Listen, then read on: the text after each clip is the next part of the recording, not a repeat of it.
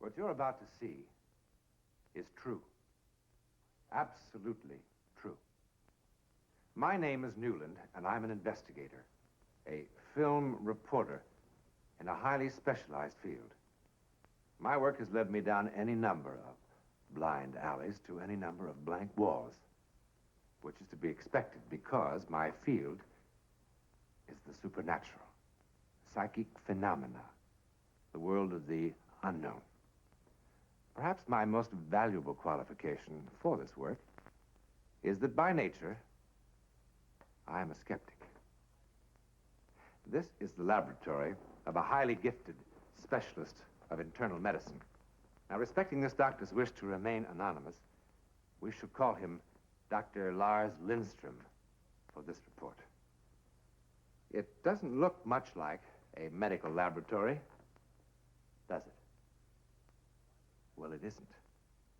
I mean, why would a medical doctor need a butterfly or a button or a bullet? And of what use would this be to a medical doctor, this cage? I hope you realize what you're getting into. These tapes represent only a small part of 3 years' work with Peter. Actually, I have heard about some of your work, Dr. Lindström. Oh, Yes, that speech that you gave at the Institute of Technology. I must have read that a dozen times. It's very impressive. oh, not nearly as impressive as the man himself. Well, if Peter Hurkos is 1/10 the marvel you suggest he is... Peter Hurkos is 10/10 the marvel. I warn you.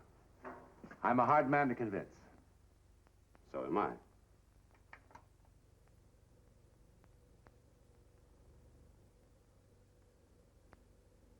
Today we begin our first series of tests with subject Peter Hurkos. The purpose of these tests is to try to investigate and evaluate subject's apparent psychic powers. Principally, subject's ability to receive information from inanimate material. A riddle as basic as mystery of life itself.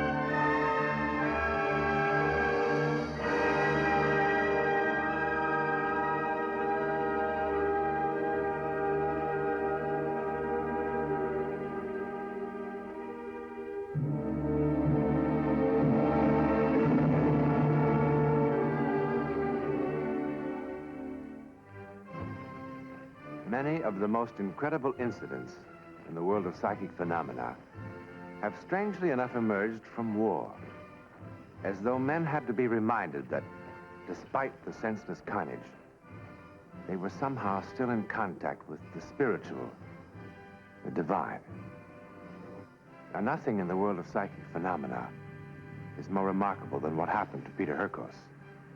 And that, too, strangely enough, began in war. Amsterdam, 1944. The Dutch underground. The strange road Hurkos traveled into the world of the unknown begins here and now.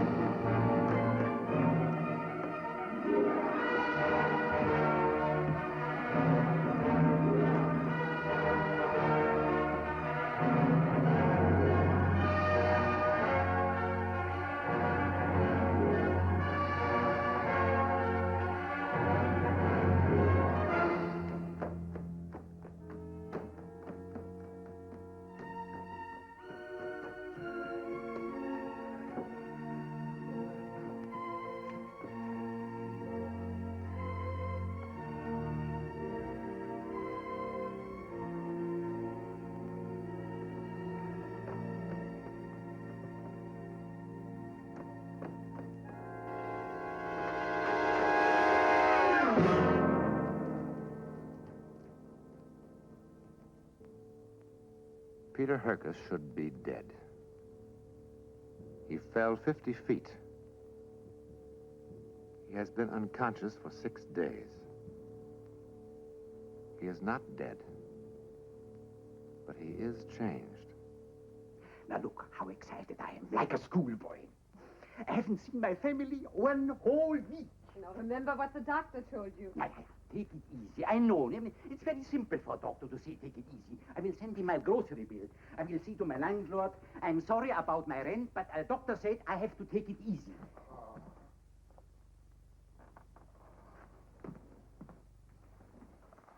Mynheer? Oh, no, please, lie down. You have to lie down. Where am I? In the hospital. You have a serious concussion. How long have I been here? 6 days. 6 No, days? no, please don't worry. The doctor filled out an accident report. You were run down by a lorry.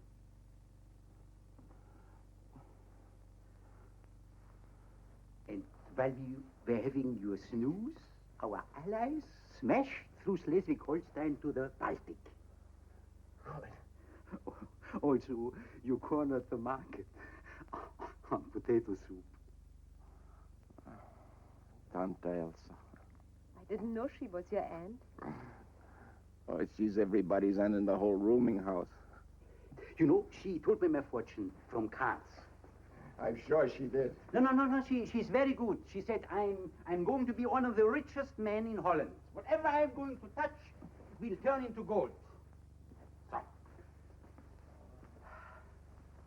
Well, get well soon, my friend.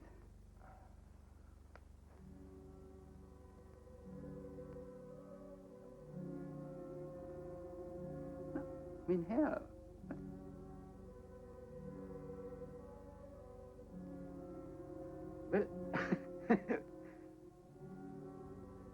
Well, Mynheer was... Well, for a sick man, he has the strength of a bull. Bye-bye. Bye-bye.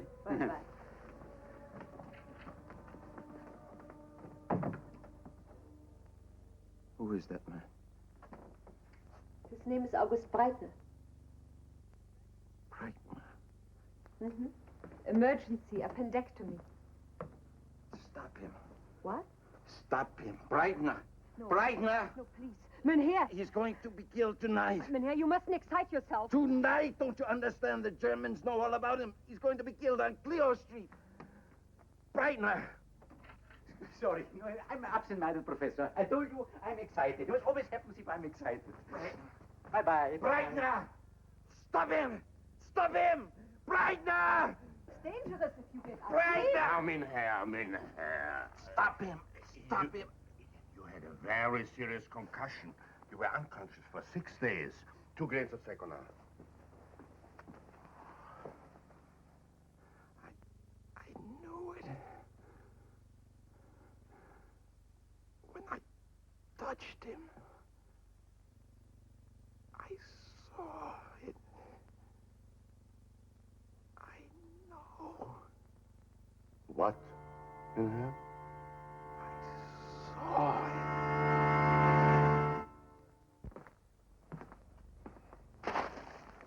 Interesting story, no?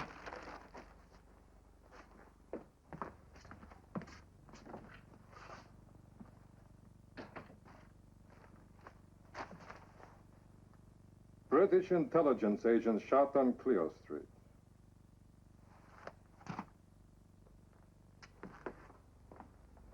How did you know?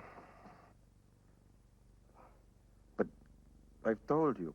You touched his hand and you knew. Yes, How stupid do you think we are? I'm telling you the truth. I tried to stop him, didn't I? See? Why? Because you had a moment of compassion? I suppose a traitor could have a moment of compassion. Traitor. How else could you know that Breitner would be killed on Cleo Street? I've told you.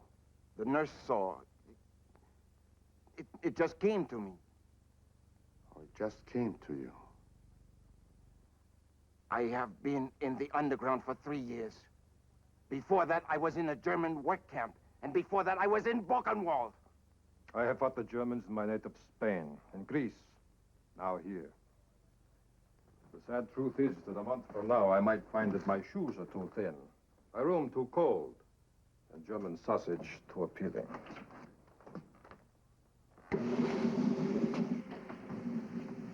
No!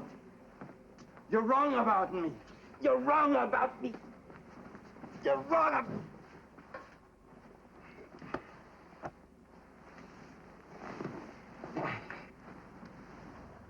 ¿Cómo me repugna matar a la gente? ¿Cómo me repugna matar a la gente? Marta a la gente. ¿Cómo me repugna? ¿Cómo me repugna matar a la gente? What is it? He said what I was thinking. How I hate killing. Sometime when I'm under strain, I think in Spanish, but how could he know? How could he know?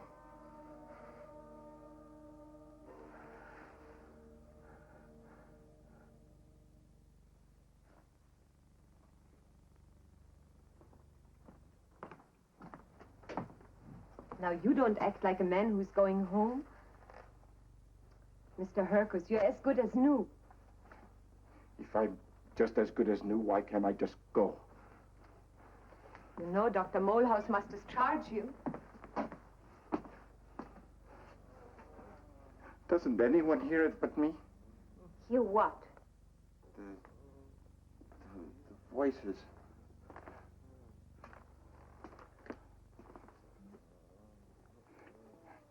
The twisting, the turning, the screams. Mr. Hurkos, please. Doesn't anyone hear it but me?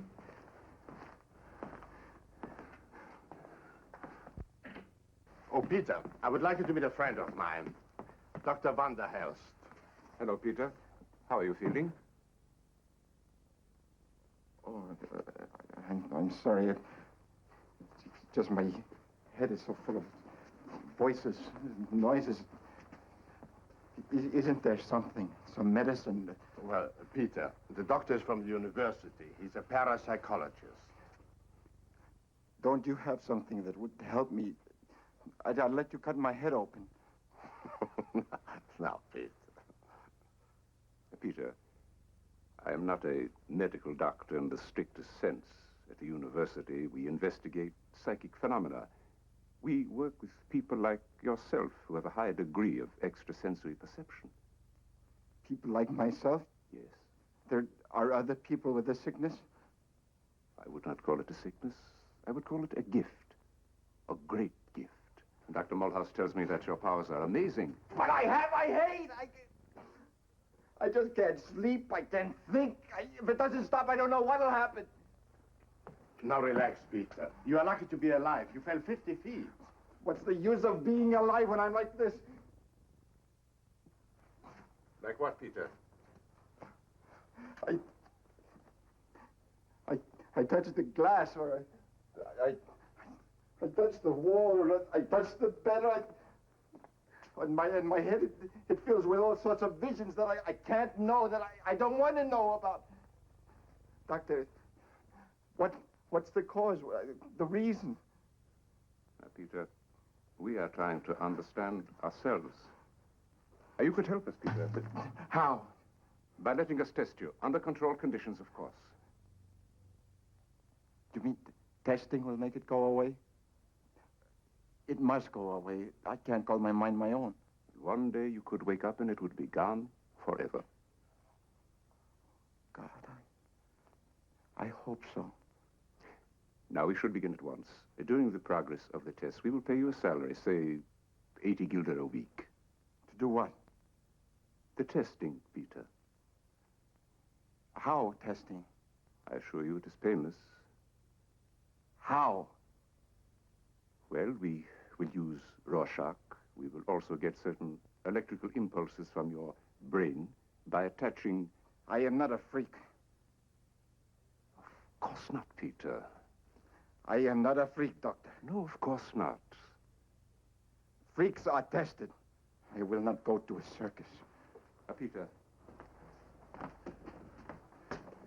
I am no freak, Doctor.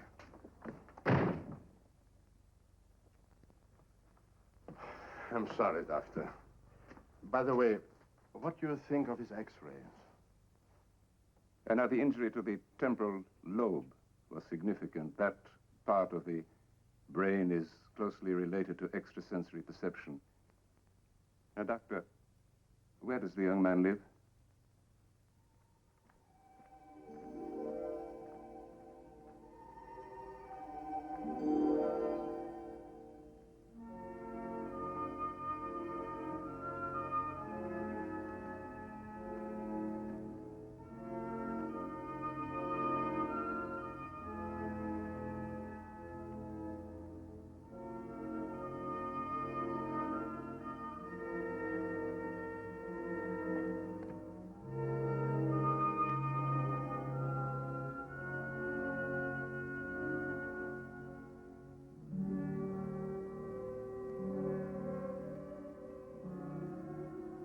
How many Sundays must I come here with flowers? When will we be together again? When? Oh, when? Anna, my darling, don't be sad. Don't be lonely. Live your life, Anna. Live. Live. I love you so. Why did you leave me? Why did you leave me? Why? Why? Why?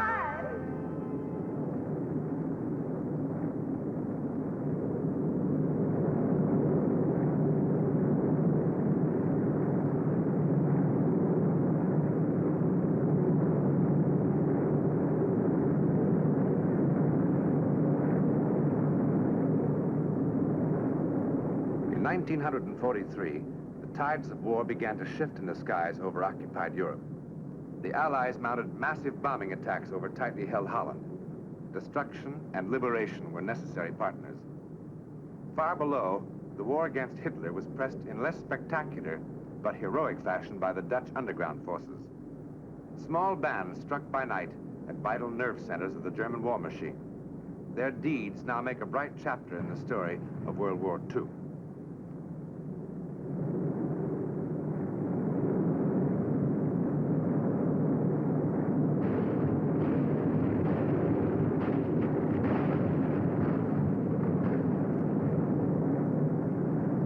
Among these patriots who cherished liberty above life was Peter Hurkos, a man increasingly disturbed by the strange, inexplicable powers of extrasensory perception, painful, haunting powers to be visited upon a basically simple human being.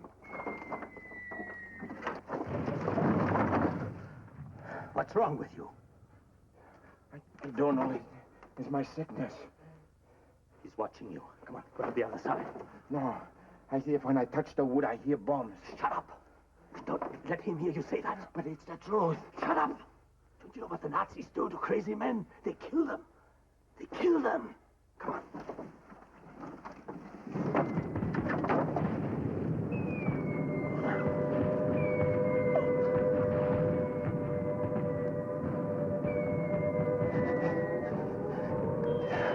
Please, stop the noise. The noise. Stop the noise.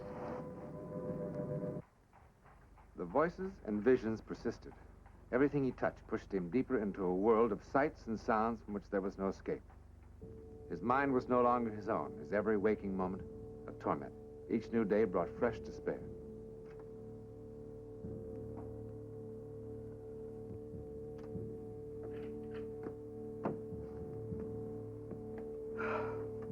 What have you been doing, sitting there since last night? Good morning, Tante Elsa. Good morning, my lamb. Huh.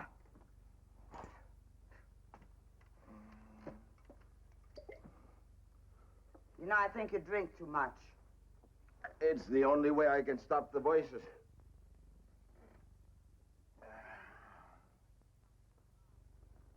And how are you going to stop them tomorrow?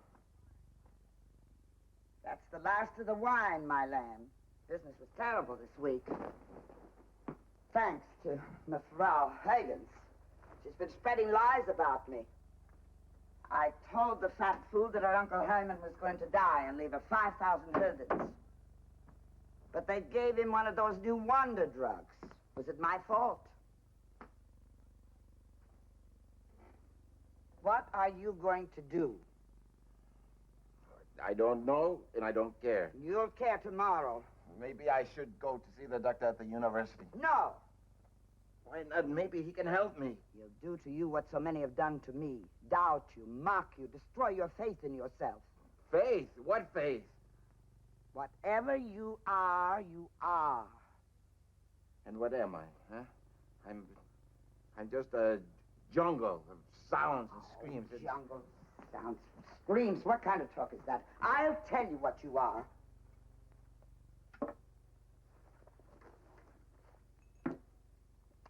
Oh, yes, the cards. The cards. Isn't this remarkable? Do you know that the same cards, in the same sequence, are coming up for you day after day after day? That only means you can be a brilliant success. Brilliant beyond belief. And what does this card say? That I can fly like a pig, and this card Now, says that... stop making fun of my cards. They've provided me with a good living for the last 50 years, and you for the last 6 months.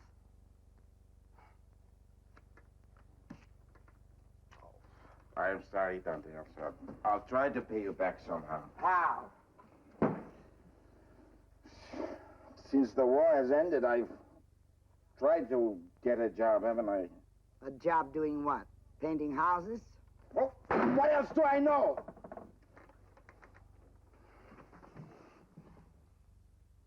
What don't you know? Shall I make you a little confession, huh? Everybody loves Tante Elsa in the building, isn't that right? You're very good to everybody, Tante Elsa. Oh, sure, sure. Tante Elsa, always bringing rock candy for the kiddies. And an old scarf or a cheap bracelet for the ladies. A kettle of potato soup for the sick, huh? Yes, and a sweet, sweet smile for one and all. Everybody loves Tante Elsa. But Tante Elsa needs their love, too. You know why? Because she's probably a witch. So, if she is not to burn, she'd best be a dear, sweet witch. But you, Peter, you are a special case. I give you wine because you are not merely a neighbor anymore. You are a colleague. Colleague, what are you talking about? I am going to help you. Really help you.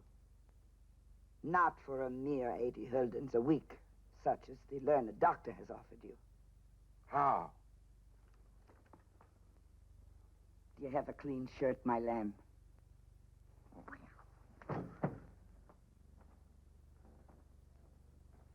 And if you take my advice, Herr Stahl, you won't invest 1 gulder in your son-in-law's business, because you won't get back 1 stiper.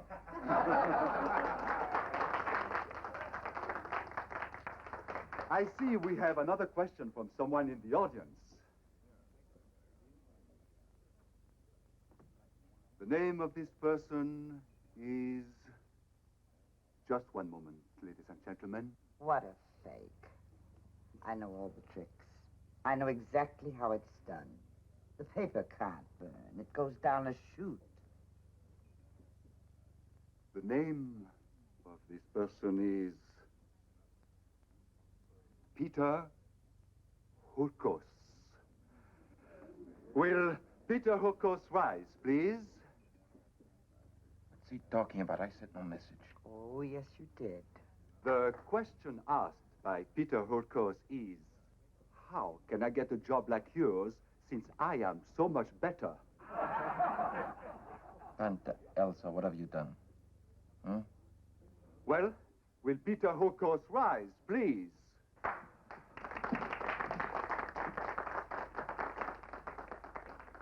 Well, do you think you can give psychic readings better than I, mein Herr? You were so sure of it when you wrote the note, and now you stutter. Come, mein Herr. If you have gifts greater than mine, you must demonstrate them. Well, will the gifted Herr Hurkos consent to share the stage with me? Well, mein Herr. Well.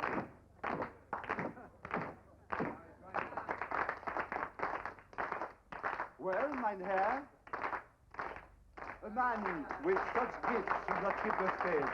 The whole world waiting. Please step right up here. So, this is our psychic marvel. What is your method? How do you work? How does the truth come to you? Tell us, please. I touch things. You touch things. And what would you like to touch, mein Herr? Not my wife. Won't my watch do? What marvelous things does my watch tell you beyond the fact that it is 8:15?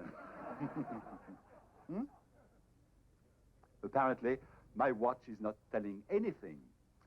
Would you like to try my suspenders? Your watch tells me much. Oh, now he's getting it, ladies and gentlemen. Inside the case, there's a lock of hair. Blonde, not your wife's. Nonsense. A girl that you take from town to town. She's in the audience now.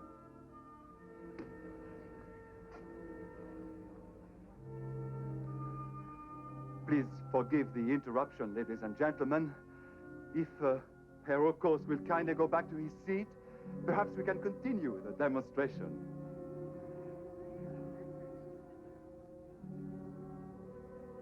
Will you kindly go back to your seat, Herr Hurkos?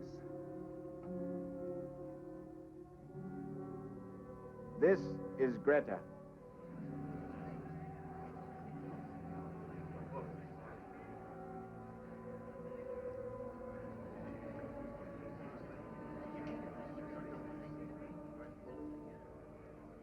Peter Hurkos became an instant continental sensation. But he was untrained in the mechanical tricks of the professional magician. He could rely only on his remarkable psychic gift. And soon he began to fear he would lose that which in the beginning he had not wanted. For such a fancy place, you'd think they'd have better accommodations for visiting artistes. Still, the rich were never known for their generosity. What is it, my lad? It's just this morning when I woke up, I thought it was gone. I mean, disappeared. It will never go. Did I not tell you you would be rich and famous? The doctor said it could go like this. Peter, you're so depressing. Did you ever think that one day you would be entertaining in the great manner of one of our great patriots? What if I'm not good? What if I'm ridiculous? What if they laugh at me? Never. It's strange. Right after the accident, I asked them to cut open my head and take out whatever it was. And now I'm afraid to lose it. That's funny. I'm spoiled to be a house painter. Take them. Oh, no. Will I be good tonight? Oh, Peter, you're ridiculous. Read them. You're teasing me. Tell me how good I will be tonight. Me, a fortune teller, telling anyone with your powers. All right, I know it's silly. Do it anyhow. What would happen to me? I would be nothing again. What do they say? Tell me. Nothing. They do. Tell me. They say what they have always said. That my lamb is going to have great success. We are ready for you now. I hope you will be as amusing as you were in the theater, Mr. Hurkos. Now, since my husband's illness, these little entertainments are very important to keep up his spirits. Please come along with me here.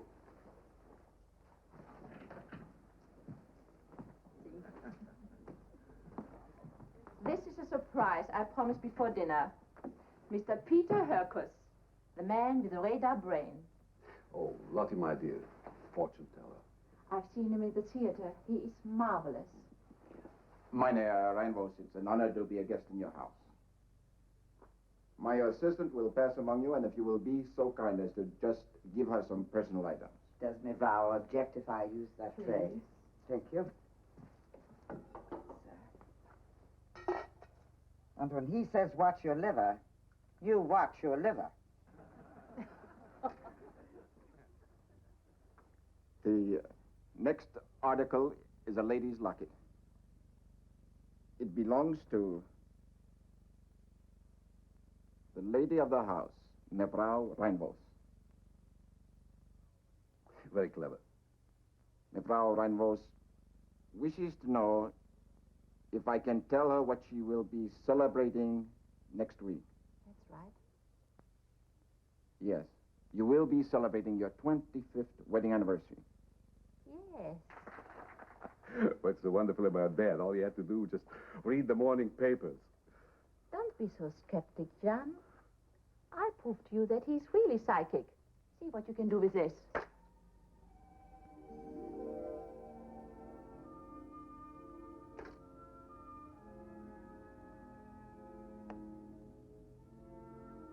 Meine Reinvos doesn't believe that I can do what I can do. I get that from the cigarette case.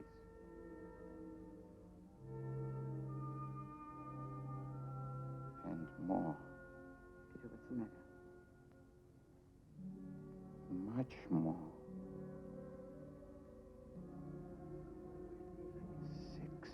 16 Dutchmen. What sort of a man are you? 16 men shot. This man is insane. This man is insane. You are insane. You... Give it to me. Give it back. John! He's a traitor. He was honored by our country as a patriot, and he betrayed us. 16 men shot. 16 Dutchmen shot. And his fault. Peter, are you out of your mind? He made a deal with the Nazis. They ran his factories, but he controlled them. He's dead. He's dead. John Reinvos is dead. Liar! Liar! Liar! Liar! It's the truth. It is the truth. It was true, but it was 5 lonely, haunted years for Peter Hurkos before it was proven true. A few years later, Peter Hurkos, still a profoundly troubled man since the death of Jan Reinvos, sailed for America, where, at the request of the Glencoe Foundation in Maine, he agreed to submit himself to the most searching scientific testing ever devised to probe the dark recesses of man's mind. For news of Hurkos' exploits in Europe, principally in his uncanny solution of criminal cases, had reached the medical members of the Foundation. Thus, Hurkos was summoned to the New World. For the former Dutch house painter, it was a voyage toward truth, the ultimate truth about himself. What manner of man was he? Freak? Monster? Charlatan? Or genuinely gifted beyond all men?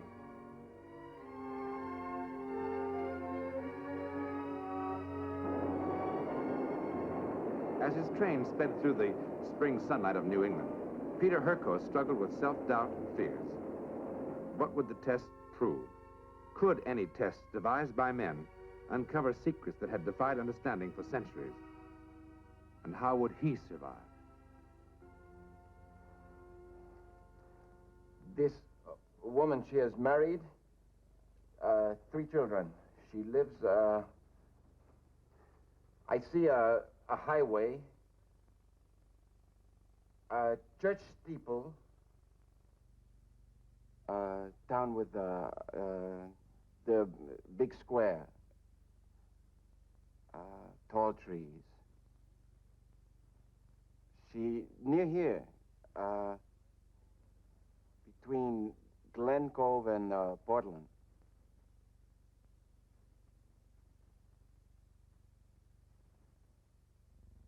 She is not well. She has an ache here. It's a sick feeling of the nerves.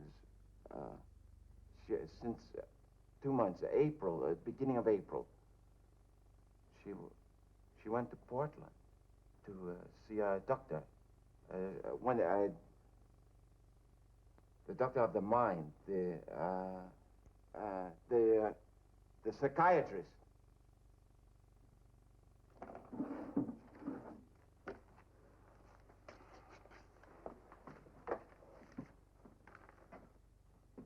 You're right about the psychiatrist.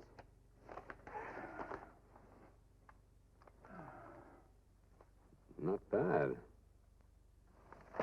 Uh-huh. Not bad. She went to the doctor May 7th, not early April.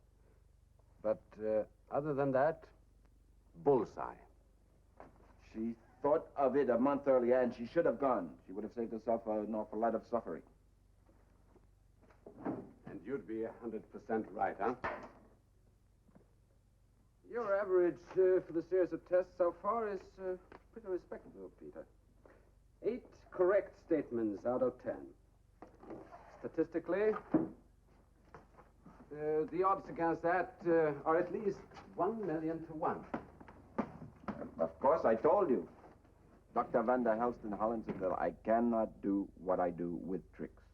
And now you see for yourself, don't you? Mind if we wait a bit before handing out testimonials? I am psychic, Doctor. I am. And if I'm not, then I can't go back to Holland where I belong. Where I'm somebody, where I'm not just a guinea pig here.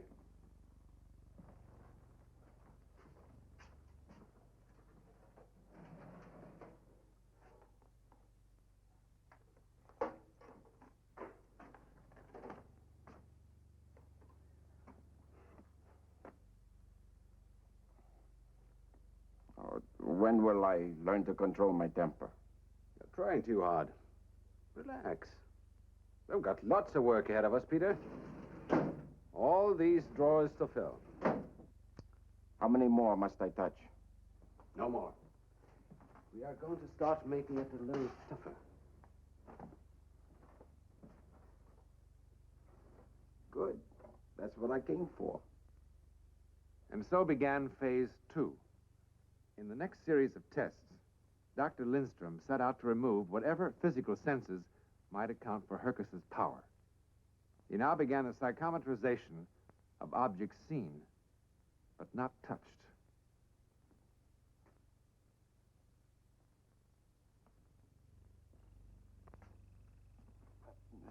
I see something, but I'm not sure. I feel I'm taking a long journey to a land, hot, dry, a land of drifting sand, mountains of sand. I see monuments telling of history. Hands off. What are you trying to do to me? What we agreed to do. See how good you are when you can't touch.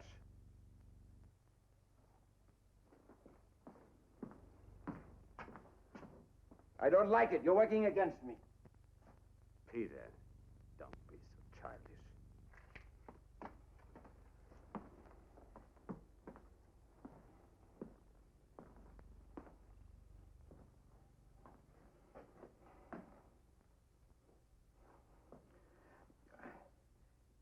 In the box, I see an ornament from the land of the sand. That's Arabia. No. Not an ornament. It's writing. I don't understand. Not writing, lines, like go this way and that way, like a drawing. Yes, a drawing. In the box, there's paper with drawing. Here, wait, I show you.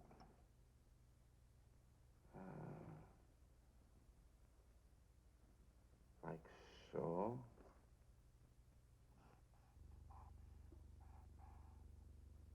So.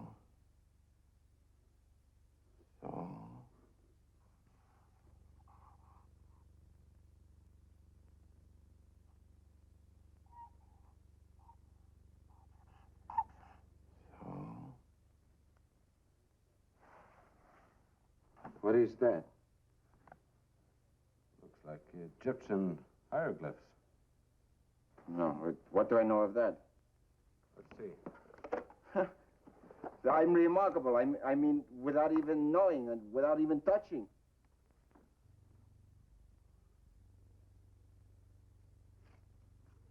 Two errors. 2 errors? I don't believe it. But listen, that's still fantastic. There could have been anything in that box. Dog collar, a toothpick, a keyring. 2 errors?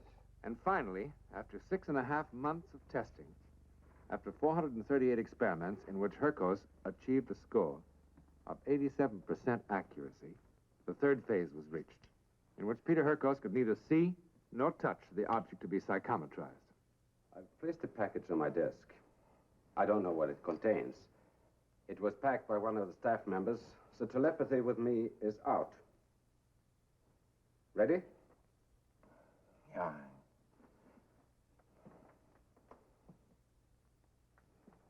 Are you concentrating? Yeah, I'm concentrating.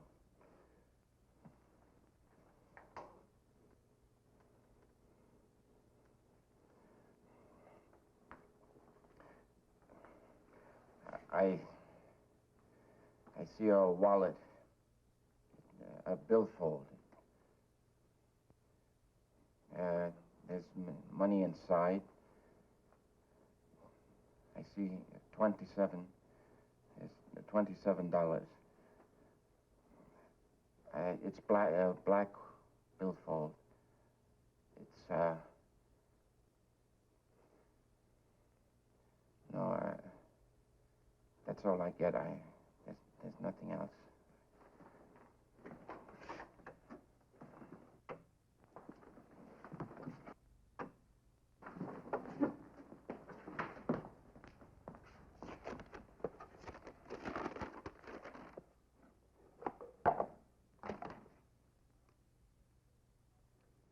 Well, to break the monotony, we finally came up with a 0. I tell you, I can do these things. You tricked me. Why would I trick you?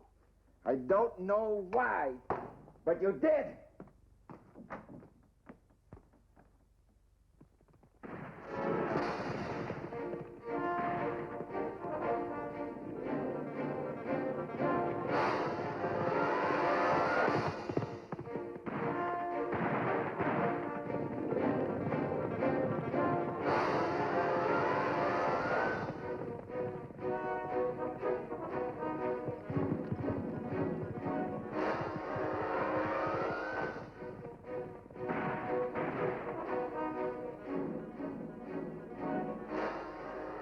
Find you here.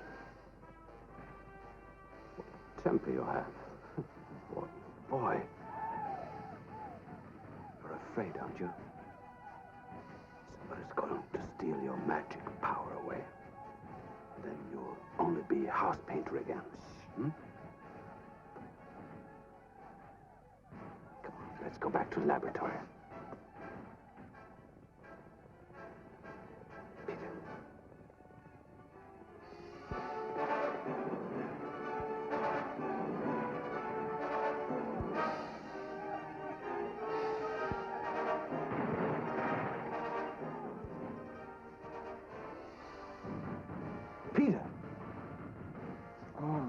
Doctor, what? I'm sorry. I have a temper. Excuse me. You haven't heard a word I've said. Not a word. And the movie's not that good. I'm sorry. I just was someplace. Where? I don't know where. Come on, you've seen enough of this. Come on, let's go. No, just a few minutes. Come on, we'll make some new test.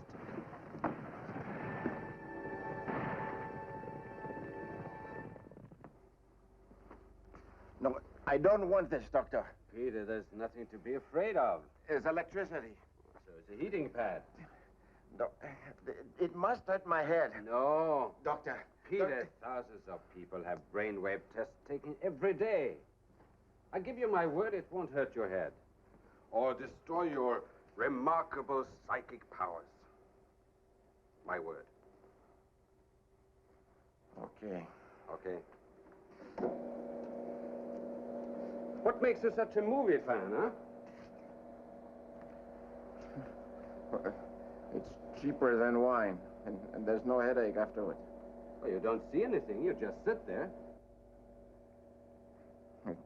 It helps me to forget my anger. And fear? Yes, Doctor. Fear. Electroencephalograph tracings. Close your eyes, Peter. Alpha waves, smooth and prominent. Open your eyes, Peter.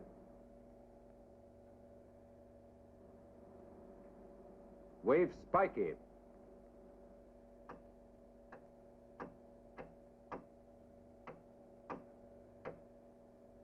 Why do you do that, Doctor?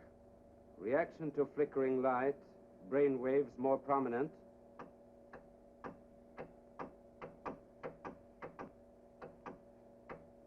The faster the light, the more prominent the wave becomes, giving symptoms of an epileptic state.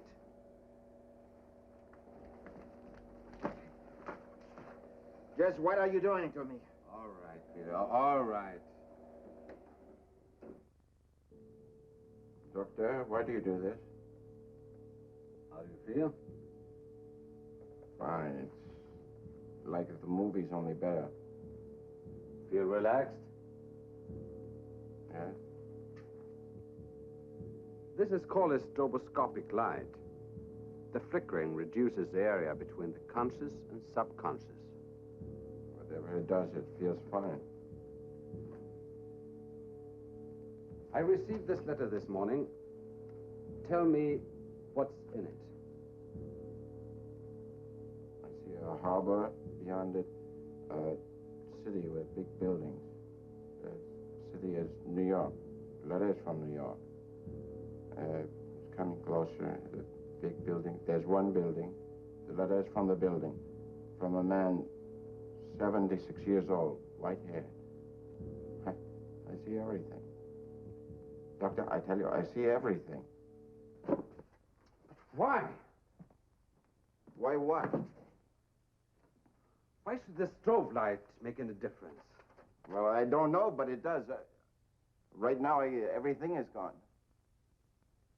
The light flickers, you flicker. What's wrong with that? I don't know. I don't know. Maybe we should be celebrating. Then I've proved it. I'm finished. The ultimate purpose of our work is to try to understand what extrasensory perception is. Well, maybe we are getting a little close. Then I think you should be happy. All by ourselves, right here in this little room. We may have just dumped man's deepest hopes into the garbage can. Instead of a psychic marvel, maybe you are no more than a radio receiver. A what? Why should the strobe light change anything? All it is an electrical impulse. What's ESP? An electric spark? I don't care what you call it. When I touch things, I know. And when I don't touch things, I know. Put on the light. We go some more. Fine. Fine. You can build yourself the electrical marvel, AM and FM, and go back on the stage. I'm sorry. Peter, science has reduced everything in this world to 92 elements. Everything except one thing, the human mind. If what we've got up here, if what we know and feel can be analyzed chemically, then I can't rationalize it. But I want it to be more than an electric spark. Infinitely more. I guess that doesn't make sense. No, it makes sense to me, Doctor. There is one way to prove if we're on the right track or not. How? You won't like it, Peter. What I'm going to turn on is called the Faraday cage.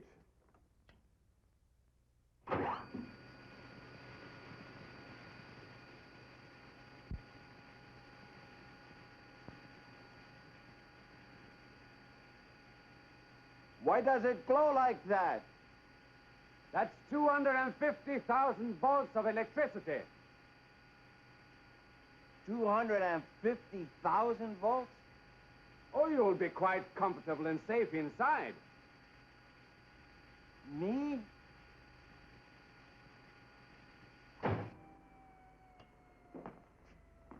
But you're joking.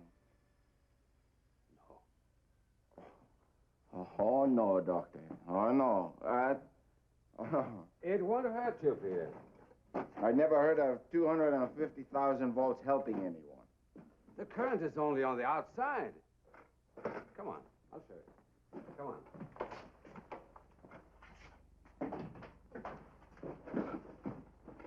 Sit down. Now, what is this supposed to prove? If extrasensory perception is merely an electrical wave, they usually score 0 on the matching test.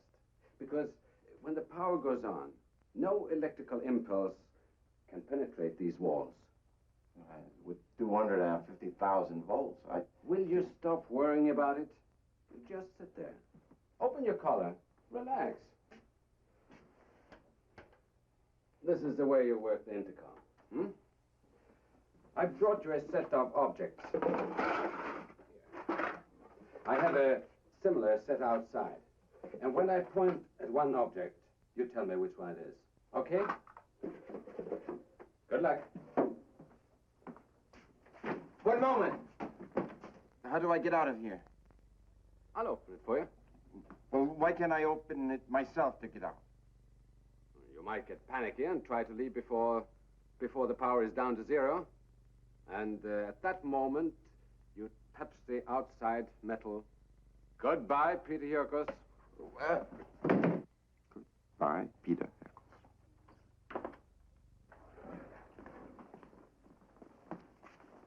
I'm turning on the power now.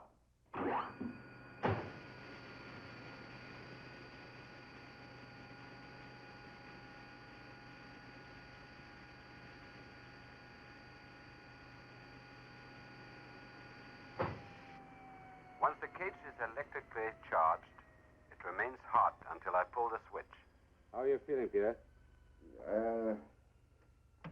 I am nervous.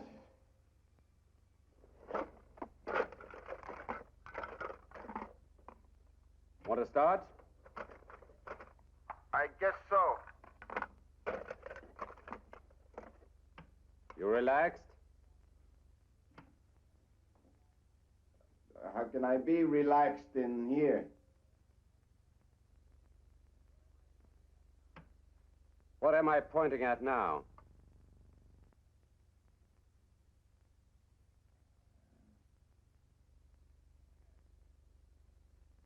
Peter!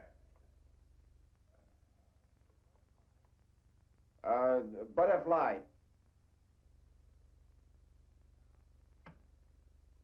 And now?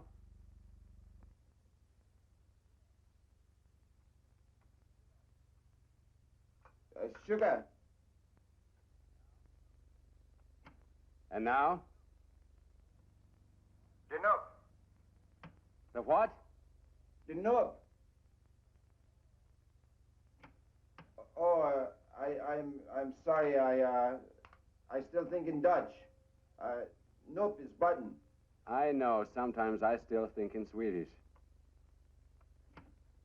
And now? Extrasensory perception was not merely an electrical impulse. As a matter of record, shielding Peter Hurkos from electrical impulses increased his power enormously. Bullets.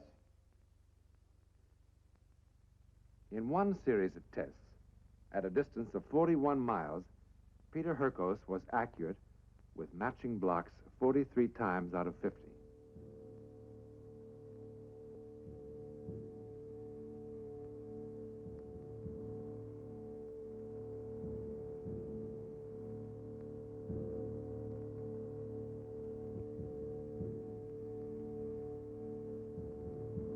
The odds against this score are 1 in 10 million.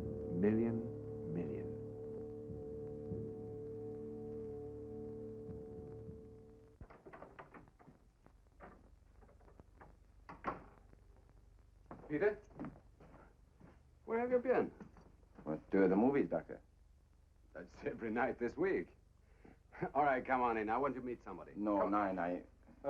Peter Hurkos, Mr. Kibbe. We were just discussing... No. Not Mr. Kibbe. A policeman. Well, I warned you. What is this? Captain Kibbe is an old friend of mine. He heard about you and he phoned. Your work with the French police in that Dijon case is simply beyond belief. What I mean, how you could tell that that little girl... Peter, the captain wonders if... Yes, I know what the captain wondered. No, I am sorry, I don't work with anyone anymore. Just the laboratory. Nothing else. Short and sweet. I'm sorry. I guess I should have asked him first. Well, we tried. Good night. Good night. Good night, Mr. Hurkos.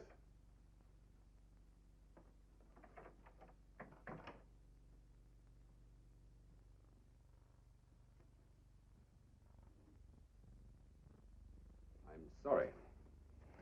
You shouldn't have tried to trick me. You worked for the police in Europe 20 times.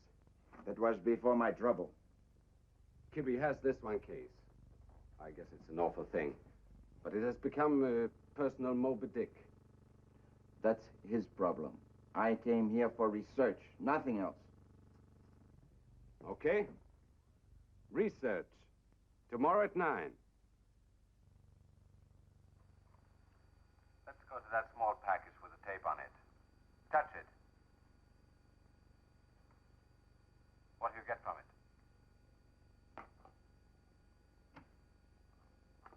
It's a decoration.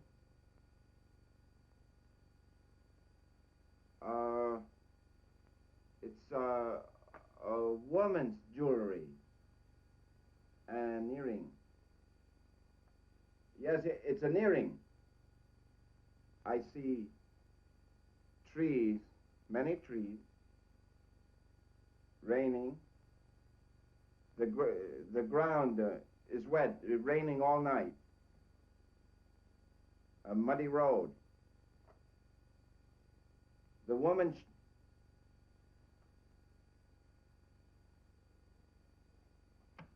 The woman is dead. The policeman gave it to you. Peter. You tricked me. Peter, please. Open up! Open up! All right, Peter. Okay, I'm going to turn it off now. I'll never trust you again! Listen to me. No, I won't listen! For the 20 seconds it takes for the power to drop to 0, you're going to have to. I have Captain Kibbe in the laboratory with me. I'm not surprised! You know so much from the earring, you must know the terrible way she was killed. Open!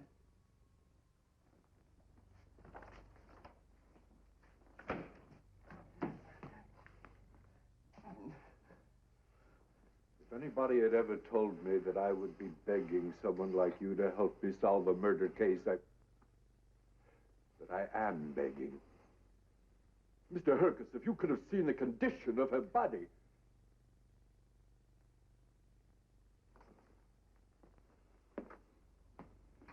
I'm not going to apologize this time. I doubt that God gave such a gift merely to entertain in theaters. If you will give me the earring back, I'll be on my way.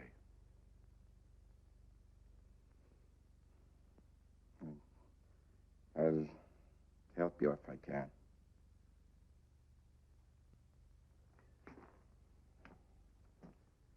But I'm going to need something from the men who killed. But there's nothing. We went over the area 100 times. Nothing. The woman's body. Cremated. I must have something.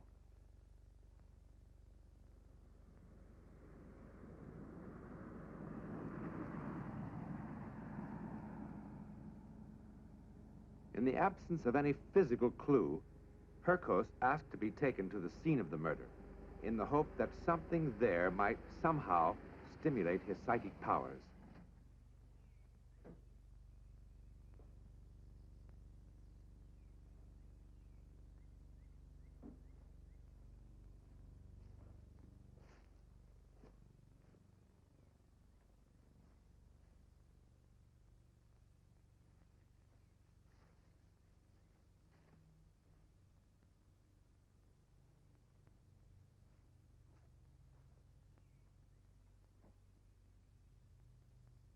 It was here.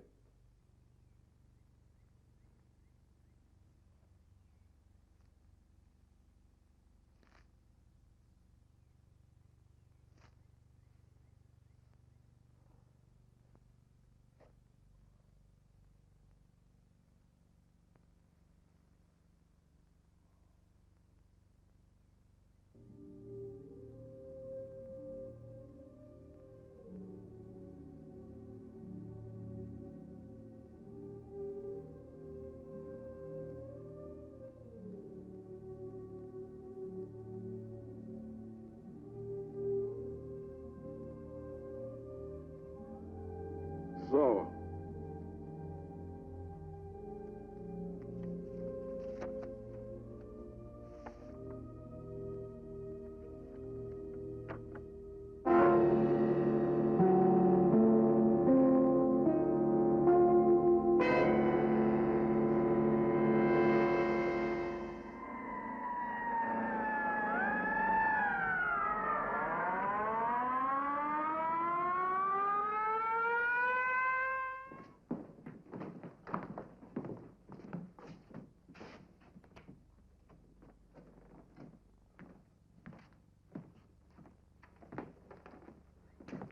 Yeah, this is her car.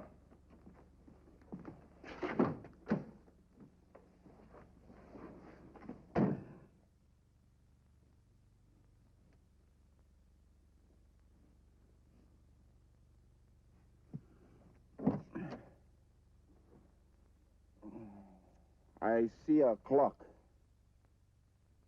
It's in a place of books, many books, like a library. 9 o'clock, nighttime. The woman, she's leaving. She has a dark coat, a scarf, silk scarf. She is putting on a little hat with a feather.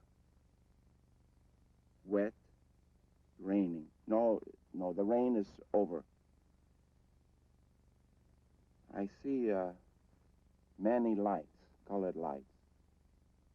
Red light is stop light. She's sitting behind the wheel, and the car is stopping.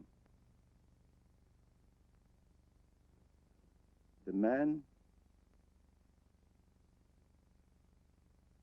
Wait. Yes. This door, the man gets in. Yes, I feel him. Tall man. Light hair. Light hair? No. It's dark hair. Dark hair. No, I don't get this. There's not enough of him. I feel very strongly. He has a gun. He has a gun here. I feel that very strongly. Connor's woman was strangled, Mr. Hurkos. Yeah, I say this. He has their gun to frighten. There are no bullets. Go on, Peter. He tells the girl to keep driving. His mind is sick.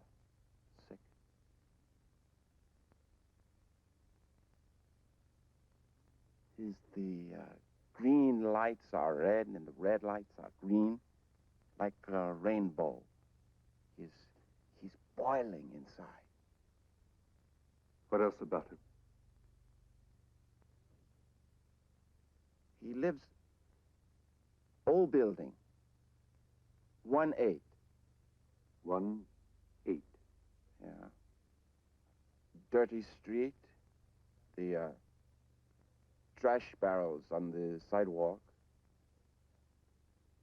A hotel with dirty curtains. If either one of you ever mentions this, even to your wives, I'll fire you. There must be 100 hotels like that in town. Yeah, but I feel strongly. 1-8. 1-8 what? I don't know. Vogel. Yeah, Vogel, the man's name. Vogel. Vogel? Peter, in English there are two names. Vogel and Vogel. One with an F and one with a V. Which one do you mean?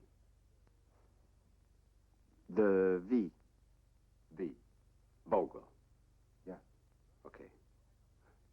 Run an ID check on a man named Vogel. Vogel!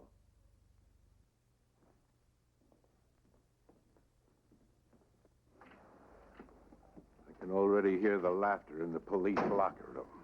Right there.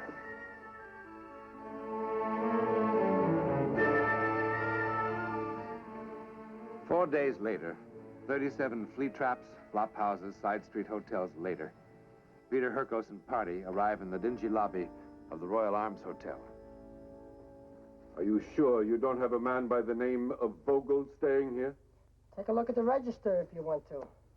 Vogel is living here. Oh, wait a minute, mister. I ought to know who lives here and who don't. Peter, you said number 18. This is 127.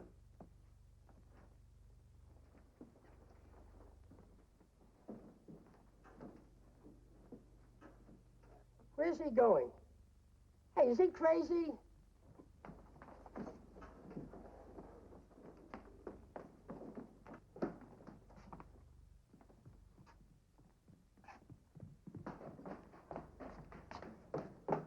What are you guys doing here? Open it up. There's no Mr. Vogel in this room. Open it up.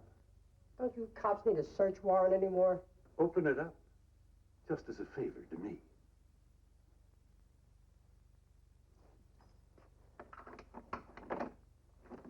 Tell me what's happening at least.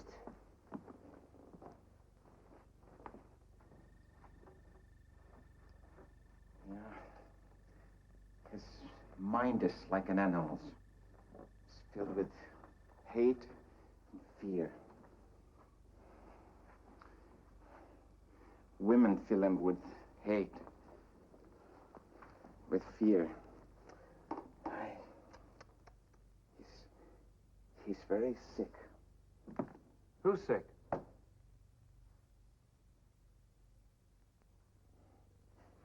I thought my room rent was paid till next Saturday. I tried to stop them, Mr. Bird.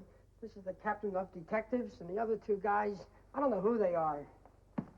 You ever use the name Vogel? Vogel? The name's Bird, like in Robin Redbreast. Walter Bird. Any identification? Sure. Where do you work? What do you do? The bowling alley on South Beacon.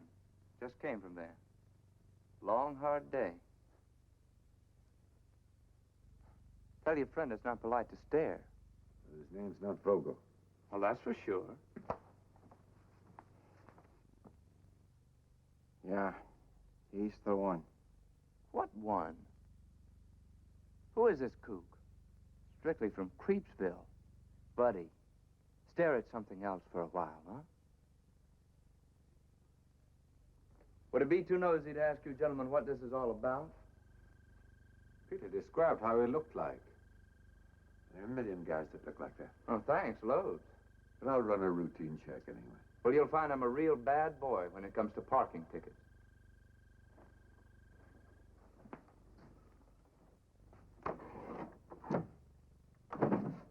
What's he up to now? Hey, what is he, a hound dog or something? Come on, Rover, knock off. How do you do? The name's Bird, like in Robin Redbreast, and please give me back my hand. What have you done? Let go, will you?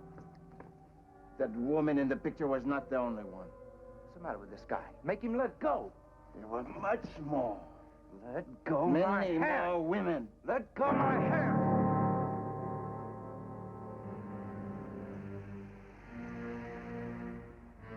And so the stage was set for the final grim act in this fantastic drama of mind over matter.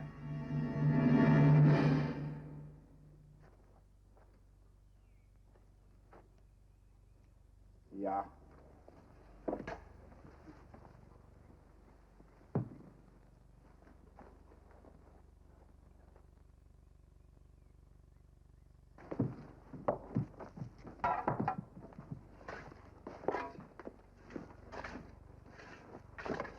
Peter, Yeah? Sometimes in the laboratory, you'd think in Dutch. You remember? Yeah? What's bird in Dutch? Bird is Vogel.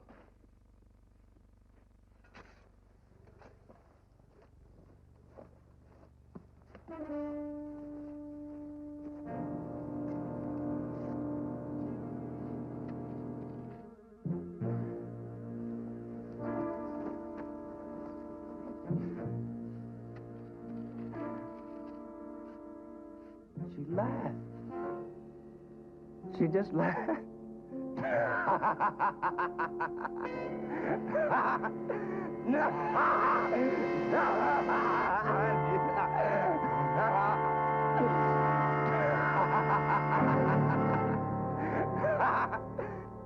The crime that Peter Hurkos helped solve through extrasensory perception was fictionalized because evidence obtained by psychic interpretation is not admissible in a court of law. But in actuality, a similar crime was committed.